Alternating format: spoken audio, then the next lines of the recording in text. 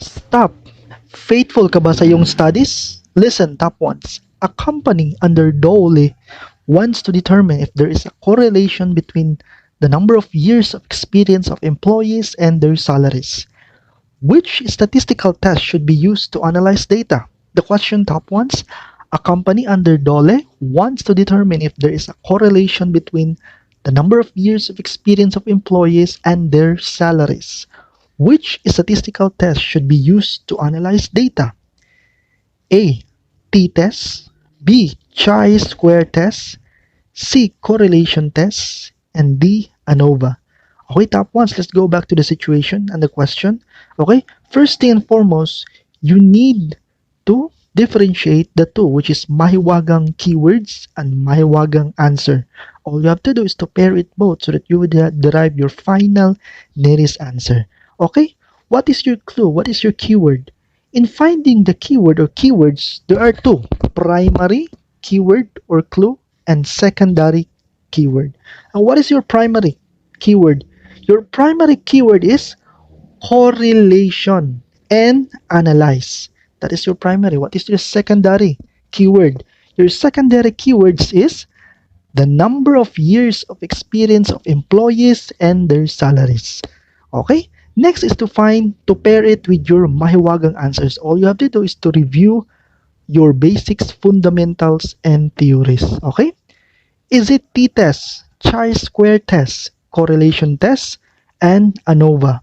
Okay, top ones. Let's try to differentiate each top ones. Okay?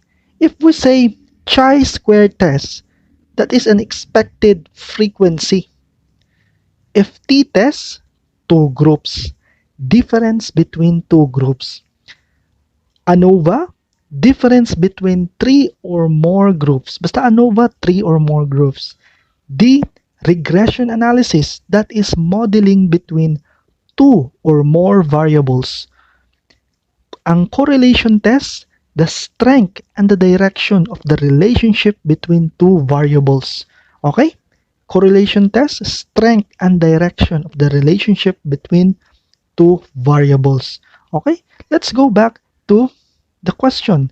Top ones. You have the correlation, the number of years of experience of employees and their salaries. So the question is, which statistical test should be used to analyze the data? So, medyo marami kasi number of years of experience of employees and their salaries. The correct answer is very good, very good. Letter C, correlation test. Bakit correlation test? It's talk about the strength, okay, of the variables. You have the number of years of experience of employees and their salaries.